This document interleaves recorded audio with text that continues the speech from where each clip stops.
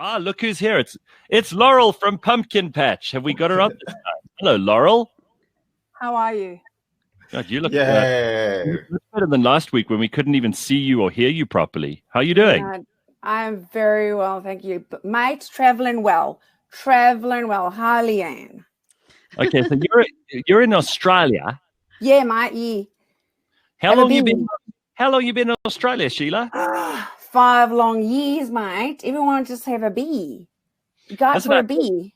I heard something interesting about Australia, and Leanne can actually back this up. Apparently, there's a visa loophole at the moment that if you want to go to Australia, you can permanently stay there because it takes like 50 years to process an application. Is that true? Probably not, because getting into the country is pretty much the hardest thing to do because they're restricting arrivals at the airport. So you might think that, but no, actually no. Even coming from, like, if you're an Australian, they've only now this week allowed the Australians back that are vulnerable Australians to come back, and then they're going to go to Darwin and they're going to quarantine, and then they can come. Place to be quarantined in Darwin. No, it's nice because they're sending some of them to holiday camps. So you have to be really clever. You can go to good places, you see. All right, let me just reintroduce everybody who doesn't know you or who wasn't absolutely engrossed in this stuff when we were children, because you were a part of so many of our lives. So let me just remind everybody, Laurel is the original human character. There were only 2 humans in Pumpkin Patch. The rest were all puppets and things. But you may remember the children's show, and she was the delightful, sunny, happy, optimistic, friendly, lovely person who would try to keep all those other lunatics under control. So you remember this? Pumpkin Patch, come on. I know you. No. Oh my God.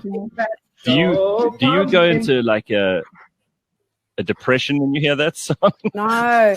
It's got me into many doors. My favorite rendition of the song, though, I was on holiday in Morgan Bay, Eastern Cape, and I walked inside, and an entire drunk cricket team saw me and started singing the song, and that was my best. I was like, oh.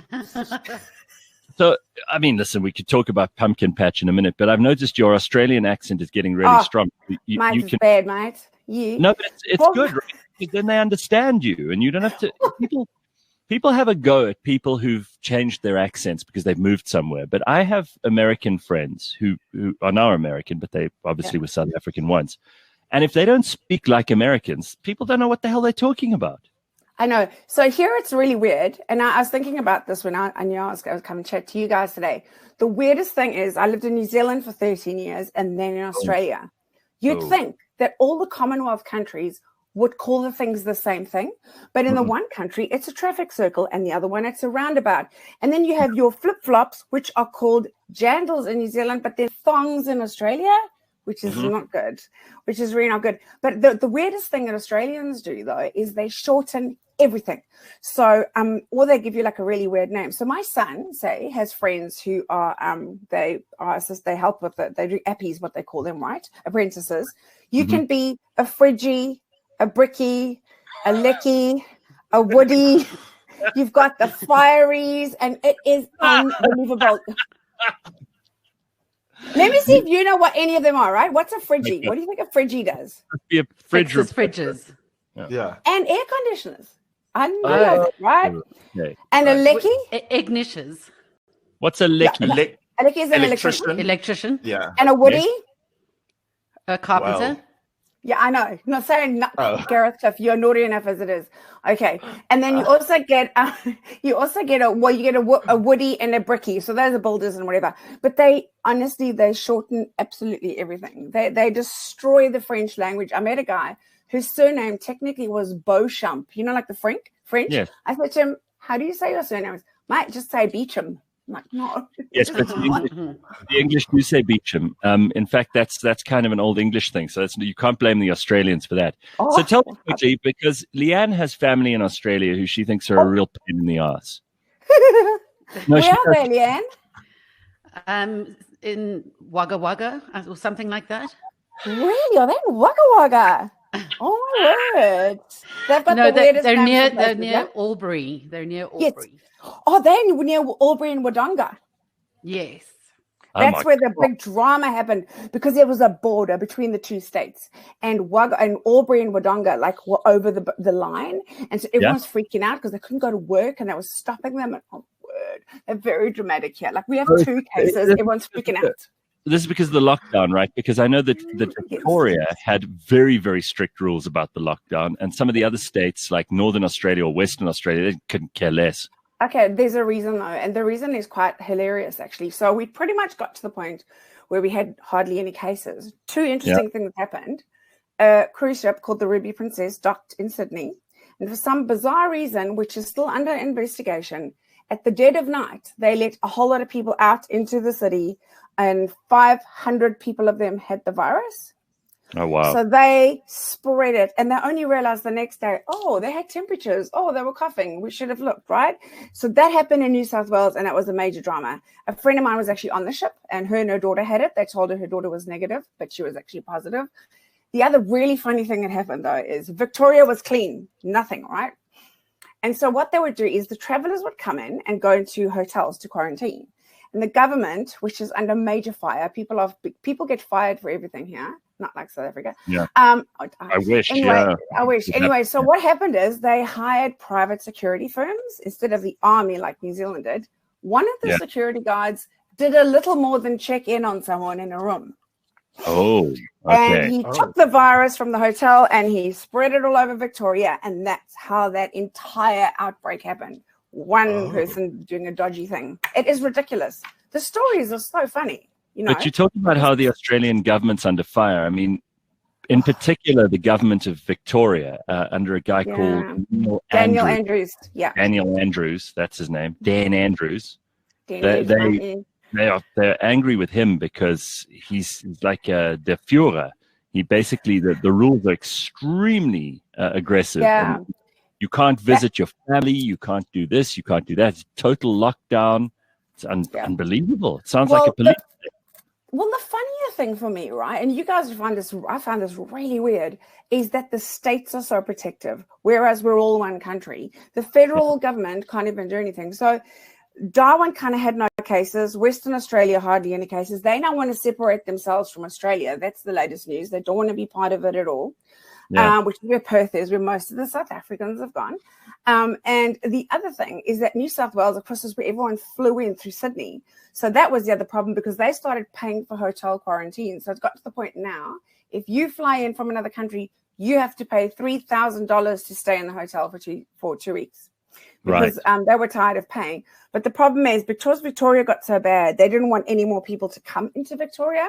And the border was 100 kilometers long. When you guys say so bad, I mean, Australia hasn't had hundreds of thousands of deaths.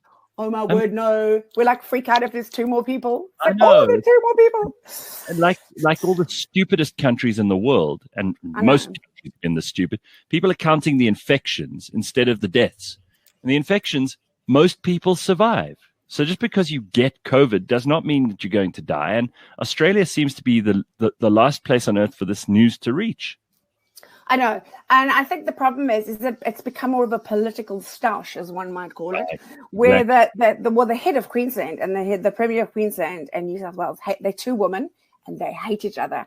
And they're forever like vitriolic fights across the TV, And then Dan Andrews is really stoic and he does his thing. And now his health minister's going to get fired. And the minute there's a little bit of drama, someone gets fired. So the one minister years ago took a helicopter instead of driving somewhere. She was fired. Yes, that was a fun.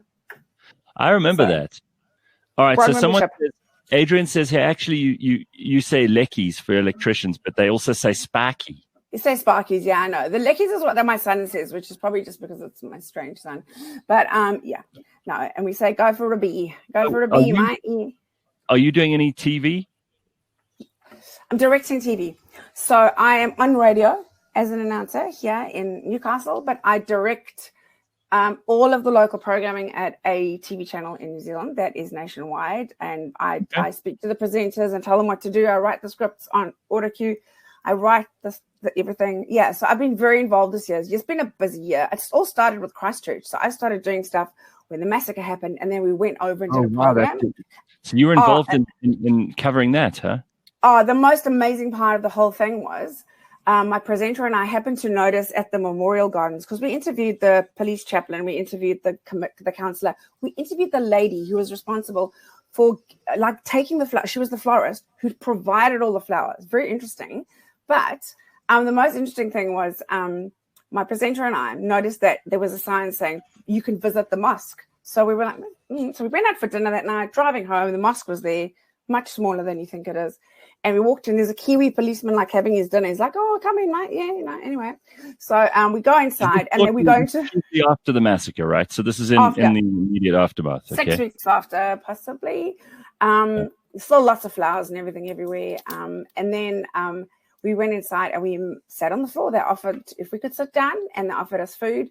And we met one of the ladies whose husband had died, and she had been texting him. So the last text she got was a smiley face and then nothing. And then they didn't know what happened because obviously, there was no news. They didn't know who died. And what was funny was, so we had to take head coverings to go inside as a mark of respect. And there was one girl who, right? Yeah. Well, the one girl came over, and I call her Laurel as a Muslim, mostly because she's wearing a full leopard skin hijab. So if I was a Muslim, I'd probably be all in leopard.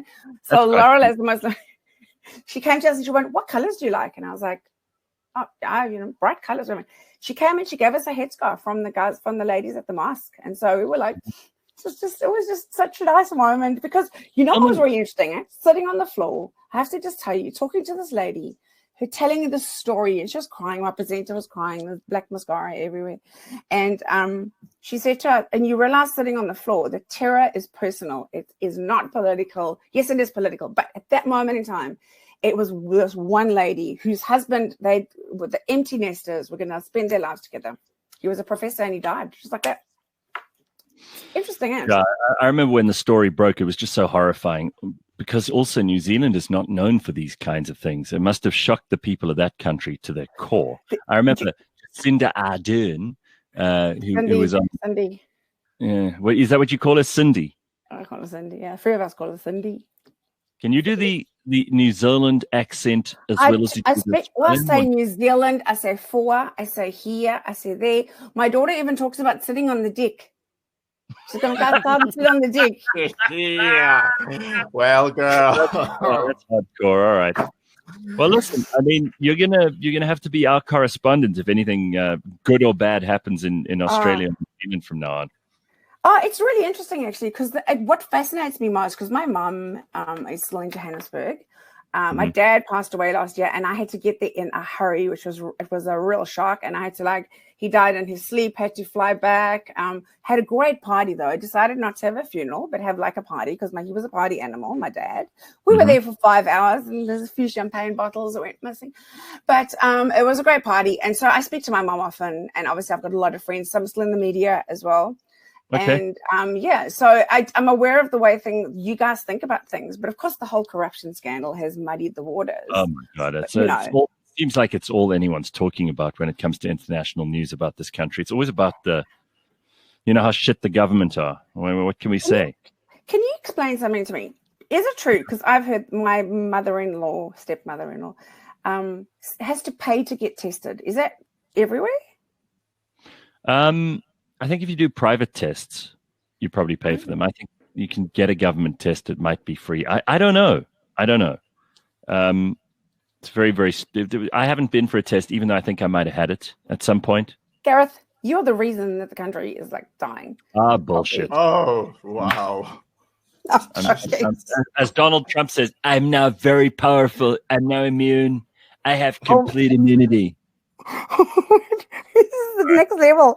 No, because it's funny, because everyone gets tested. So my son's been tested twice, my daughter's been. You just drive down the road to the drive-through. You go there for free. The Australians are so pedantic, man. I know they are. Right, Laurel, we got to go, but thank you very much for the chat this morning. It's great to catch up with you, and thanks for all the info on Australia and on Christchurch in New Zealand. That was really interesting too. We'll catch up with you again soon. Thank you very much. Bye, people. Bye, Leanne. Laurel, Bye.